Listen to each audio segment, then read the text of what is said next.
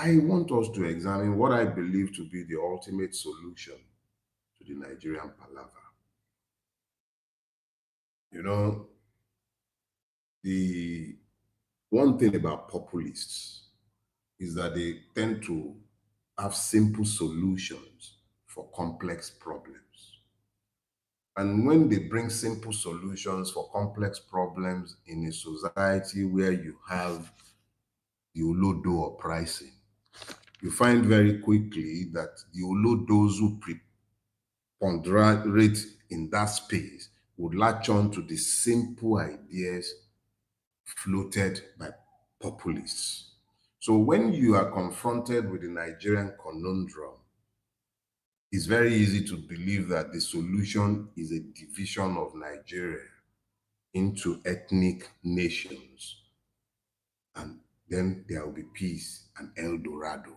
That has been the usual simple solution, and it is very simple. Now, when you begin to interrogate the simple solutions, you find very quickly that the conundrum becomes evident because what was seemingly simple is actually deeply complex by the time you get to the nitty-gritty. But before I proceed too far, because if I say something is the ultimate solution, you will say, why is it that nobody else has thought of it? If you are saying it's the ultimate solution, it's the magic bullet that kills this problem, that resolves this problem. Me, I'm not the depository of knowledge. I'm not the only wise man, and I am not presuming to know it all. But if I say it's the ultimate solution to the Nigerian palaver, what is the Nigerian palaver? Let's start with definitions. The word palaver has comes from the Latin root parabola. It went into Portuguese, it became palavia. See that palavra?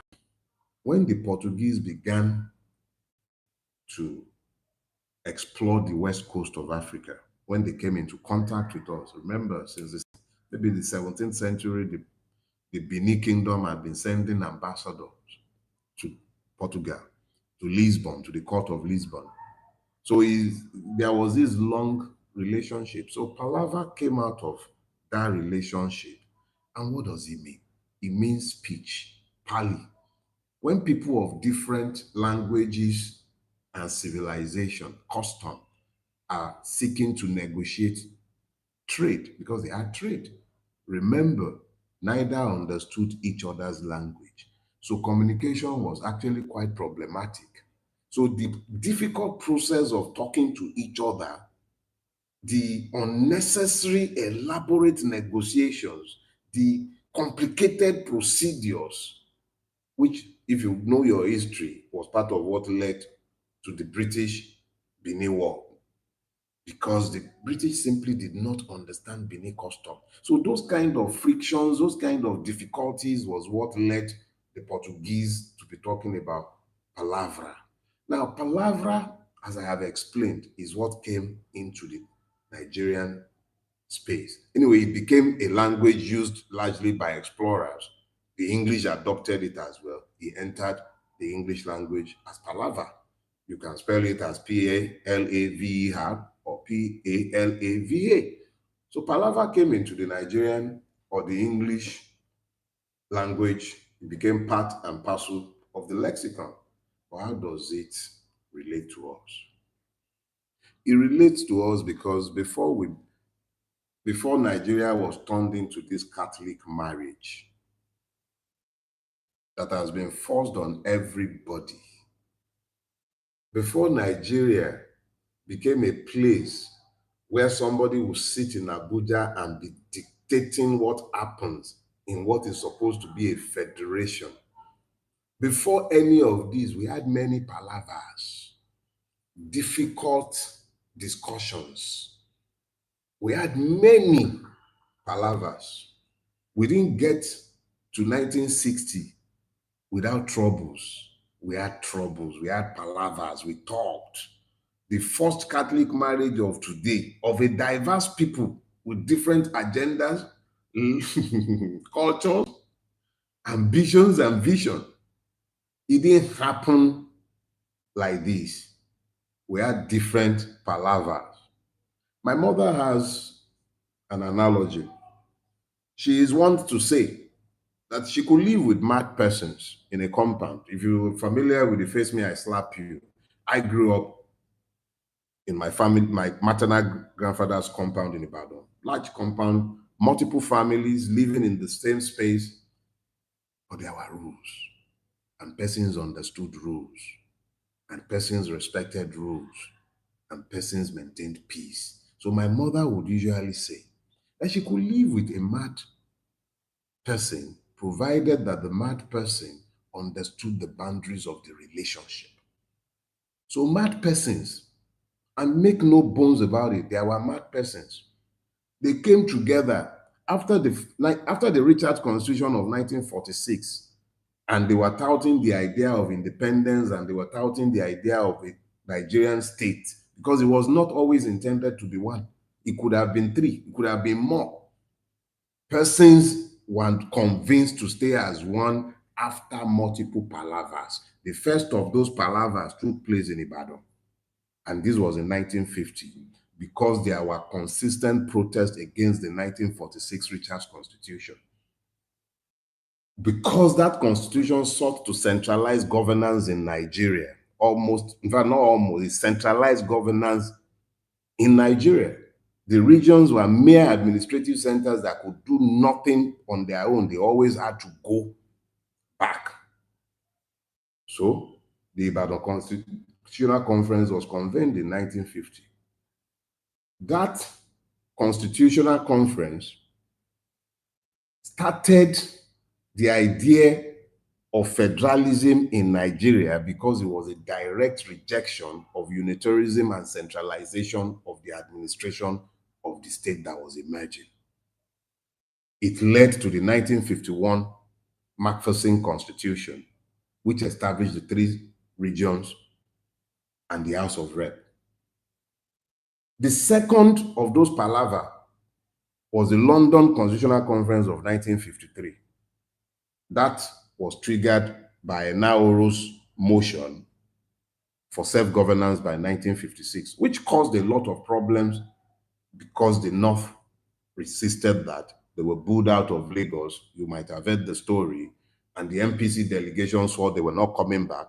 In order to resolve the stalemate, there was a conference held in the UK. It was in London. It's popularly called the Lancaster House Conference.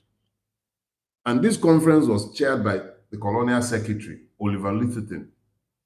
It was decided in this place, in that conference, that Nigeria must become a true federation. So see that hyperbole of true federation did not come about in contemporary time. It's always been with us, because there was always a force that preferred domination to cooperation. So the squabble that palaver of 1953 resolved that Nigeria must be a true federation with regional autonomy, and regional autonomy was expanded, and that regions that desire self-governance could have it.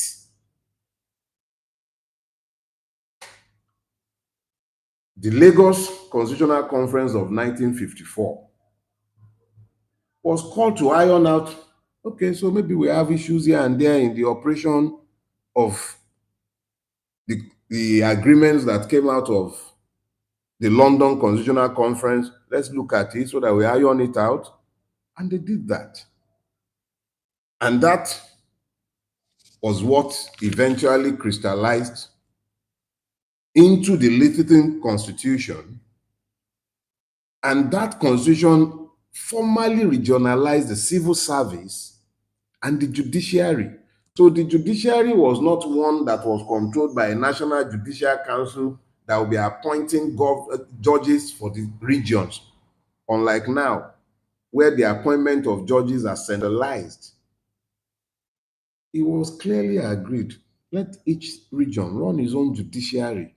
And then you have the Federal Appeal Court, and then you had the Supreme Court. So we had palavers, difficult talks. We discussed these things. It was in that place that Lagos was removed from the Western region and made the Federal Capital Territory. This wasn't something that Obafemi Awolowo was happy about, but it was the decision taken so that everybody else would feel at home in Lagos. That was why Ikeja remained part of the Western region, largely. That's why places like Mushin, part of what is Lagos State today, remained part of the Western region, but the Federal Capital Territory was clearly excised and rendered independent of the Western region. This was done out of the palaver, the discussions. There were Lagosians who were opposed to the idea of the Western region retaining control of Lagos, who promoted the idea of a Federal Capital Territory. It was not something that was forced down anybody's throat. These were products of palavers, talks, difficult discussions, agreements that were reached, compromises that were made. It established the derivation principle for the allocation of revenue. If the revenue was generated in your region, you retain the majority portion based on the derivation principle. It prepared Nigeria for independence. It also agreed that the Eastern region and the Western region could have immediate self-governance if they wanted. This conference was holding, remember, in July 1957. By August, Eastern region, Western region declared internal self-governance by agreement, by palaver. Did not do so until 1959. But their refusal to do so, or their reluctance to do so, based on their own internal calculations, did not restrain others who wanted it from getting it. That was the Nigeria that was resolved by the palavers. Have you counted how many constitutional conferences? 4, beginning from the 1950, one in Ibadan. That same conference created the position of the Prime Minister. That was what led to Tafawa Balewa's appointment as the Prime Minister. There was no Prime Minister prior to this time. It recommended the establishment of a Senate. That Senate was established in 1959 in preparation for independence in 1960. That Senate was not elected, it was appointed, 12 from each region. Nnamdi Azikiwe was the first Senate president, later became the Governor General at independence. That conference set up the Willings Commission of Inquiry into the Rights of the Minorities based on their concerns. And then there was a continuation in Lagos in 1958. This was called to tidy up loose ends before independence. It was also meant to review the findings of the Willings Commission of Inquiry into the Rights of the Minorities. The Willings Commission rejected applications to set up new regions, but it did recommend that a Bill of Rights for the protection of minority rights should be enshrined into the Independence Constitution. This was done. It said they should leave creation of regions until after independence, but the mechanism for creation was in the document that had been produced by the multiple palavers over the years. The people who were meeting are the ones who are said to be the architect of Nigeria. They were building a country based on their understanding of the country that they were inheriting from the British. They had institutional checklists. They built guardrails. They built protections both for ethnic nationalities, minorities. They built a state based on the palavers, the difficult discussions that they had leading up to independence. They had these difficult arguments. Each side could not have its way, agreements and compromises were formed. It was that document that became the Independence Constitution. And we kept talking even after independence. Remember what the Willings Commission report had said? We will leave creation of additional regions until after independence. You know what they did? After independence, the Midwestern region was created through more palavers. First, they passed the motion in the Regional Assembly in Ibadan. That motion agreed that it passed by two-thirds that there should be a Midwestern region. They went and conducted a plebiscite. They did economic survey. They did the people affected voted. It passed by an overwhelming majority. A motion was taken before the Federal House of Representatives in Lagos. It passed by overwhelming majority. Each time it required two-third majority, not the kind of two-third we are seeing in our Senate and House of Reps now, where people are lying about two-third when they cannot even establish quorum and they are supposedly passing landmark legislation, changing the fraudulent constitution fraudulently. You have a situation. It's not my fault that I'm sweating like a Christmas goat. It's NEPA. And I can't even get up to go and put on my AC because I'm already in this. So thank you. Let's all enjoy it together. So you have a situation where by 1962, the Midwestern region had been created through multiple palavers. And when they were done with these different palavers, you know what they did? They gazetted the creation of the Midwest region. Nigeria, from 3 regions, became 4 by palaver. That palaver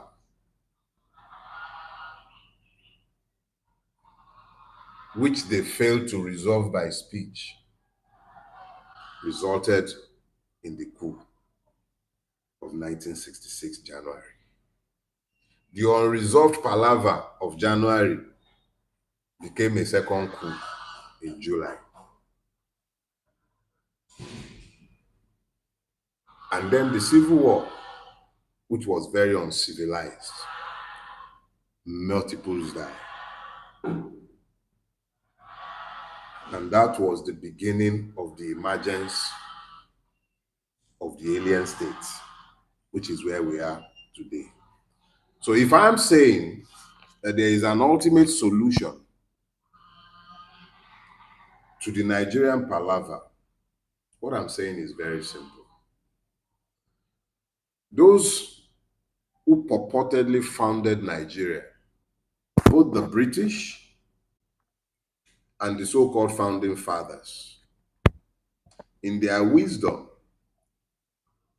looking at the foundational issues, came to agree that Nigeria should be a federation. They agreed that the regions should be self-governing, autonomous, and able to grow at their own pace. But by the end of the Civil War, and before I even go to the Civil War, I should talk about the Abori Accord. When the different palaver had now become a proper palaver, and just before the beginning of the Civil War, an attempt was made at finding peace, and a palaver was called for Aburi. General Ankara chaired it to mediate between the federal forces and the eastern region. They shook hands because people believed that the palaver in Aburi had resolved the palaver in Nigeria. And what was the palaver in Aburi? It was essentially a return to federalism. a demand that the regions be independent. It wasn't a secessionist break, it was a demand for strong regional government, a limitation of federal powers. The rationale for the July coup was the supposed unitarization of Nigeria by Ironsi. But people tend to forget that given the military command structure, Ironsi or anyone leading Nigeria in the absence of democracy has no choice but to run Nigeria in a unitary fashion. So the same thing that was used to legitimize the murder of Ironsi, Fajui, and others in July was what was being resisted when the Aburi Accord was repudiated. Simplicity. Now, you've repudiated the Aburi Accord. We've had the Civil War or Civil War. Civil War is done. Now we are here, we are. Where are we today? Nigeria has become a country of 36 states. If it is truly a federation, that means you have 36 federating units. How many of these federating units are economically viable? Remember, I told you when they were creating the Midwestern region, an economic survey was carried out. It was determined that that region was capable of paying its own overhead, developing and contributing to the national purse. It was determined that the national ethnic nationalities there are able to live together peacefully. The rigorous process that began in 1961 ended in 1963 with the gazetting. But military thieves, crooks, and bandits, people like Obasanjo, Babangida, Abacha, they sat down and they were creating just this exact same thing done at the Berlin conference without consultation with the victims. You are drawing up states within a state whose legality is already in question because of the repudiation of original agreements. We've ended up today with 36 states. Each and every one of the foundational agreements have been repudiated, rejected, destroyed, discarded, denied. And that is why we are where we are today. Because in the absence of the negotiated agreement, what has happened is that Nigeria today has become a feudal state. That feudal state is an alien state. Fela sang about it earlier in his inimitable style. I think it was where he's we tend to call that song Alaji Alaji, where he said, "Na Alajis they rule us, strangers are governing us. They are not related to us." That an example of the fact that they are not related to us is the one where you are being told to come and take money to fry akara, kuli kuli, roast corn. If that person frying akara, kuli kuli, and roast corn, if the child has ordinary typhoid, that child is dead. Talk less of diabetes or the woman herself having hypertension because there is no there. So just for you to understand the disconnect, the point is that today, in the absence of the multiple palavers that produce an agreement that has today been destroyed, what you have is a system that is not amenable to the rule of law because it has become feudal. The rulers must be above the law, and that is where we are.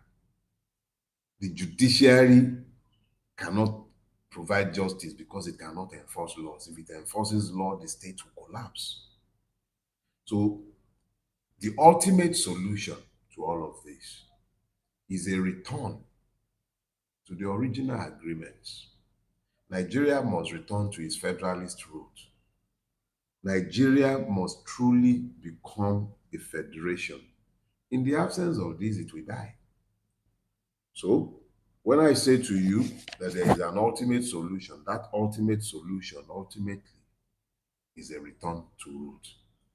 Federalism, parliamentary governance, the independence of the judiciary, which can only enforce by the rule of law.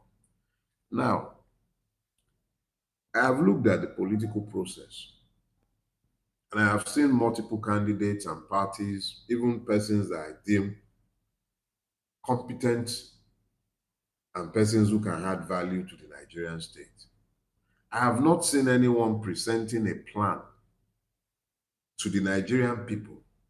You may present plans within conclaves, but I believe that the only way to move this needle is to get the people themselves involved to the point where they understand the changes that are required and where they are the ones who are standing behind the changes they need. So, one of the reasons why I've chosen this topic for myself this morning is because I need us to engage with the draft constitution that we have placed in the public space.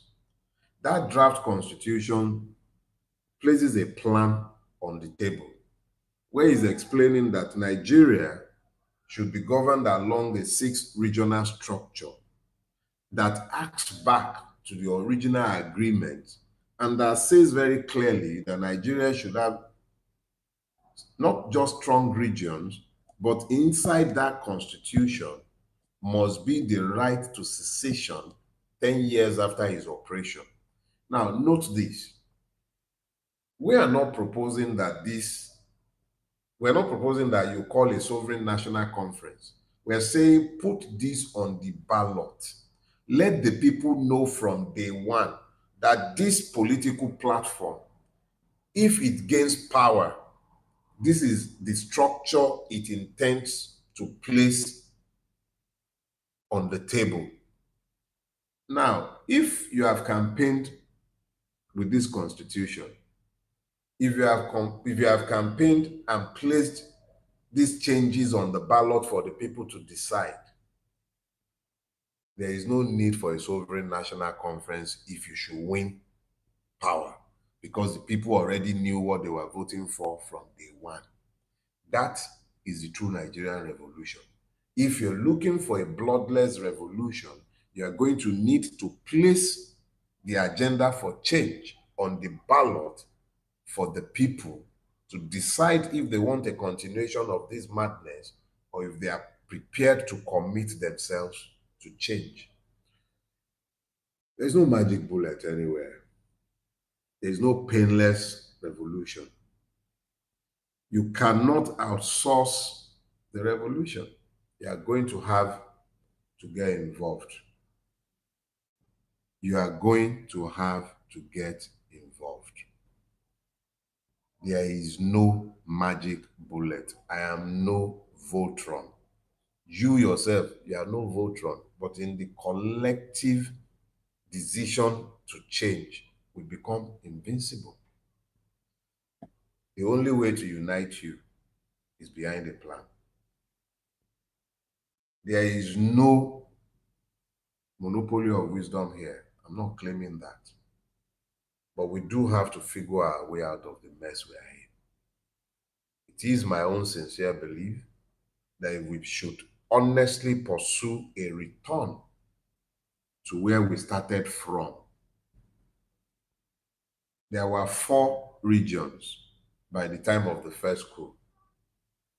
We are proposing 6 based on the already agreed geopolitical zones, roughly. It could be the start. There must be a way to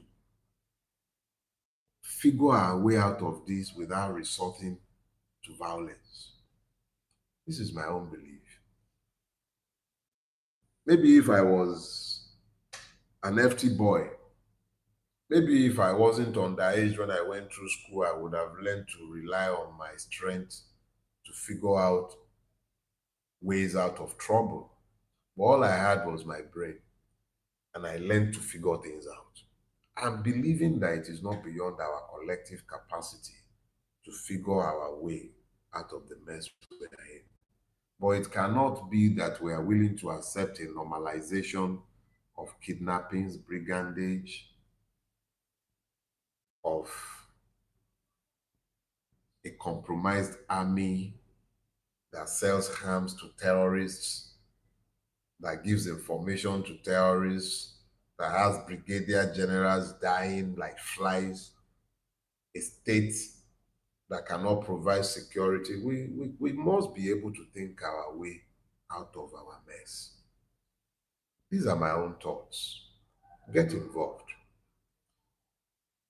I must confess that the loss of my PA, my assistant who was with me for years, she left late last year, has impeded my capacity to deploy some things. And I have lagged behind in dealing with the interface that should be happening as at this time. But I will try my best to ensure that if I give my word, I will make sure that before the end of the day, you would have, you've always had access to this constitution. It's already on my website, but as a standalone document, you'll find it on dailyfarotimi.com. If you type it, or draft constitution, if I is there as a standalone, you'll find it. Please download it, engage with it. We have a WhatsApp channel. We've shared the number with you. It's meant to be upgraded to a Telegram channel to accommodate more persons. I'll speak with the lady handling that, and I'll see how I can resolve these issues where we can create forums for our discussions and find ways to create cells so that we can progress some of these things as well. I apologize for the lateness of some of these things. Please bear with me. I promise to do better in relation to these communications.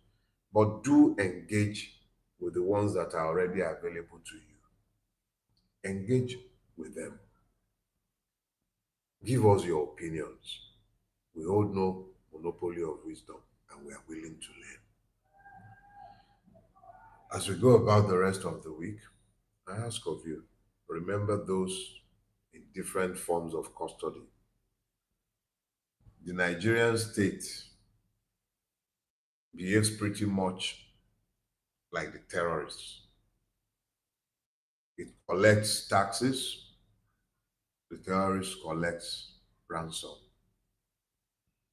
It unlawfully incarcerates, the terrorists hold hostages. Very little difference between the state and the terrorists. Remember the children. Remember those in all forms of unlawful captivity. And pray for them if you are the praying type. I'll see you next week. God bless you. And like I said, remember the kids. God bless you all.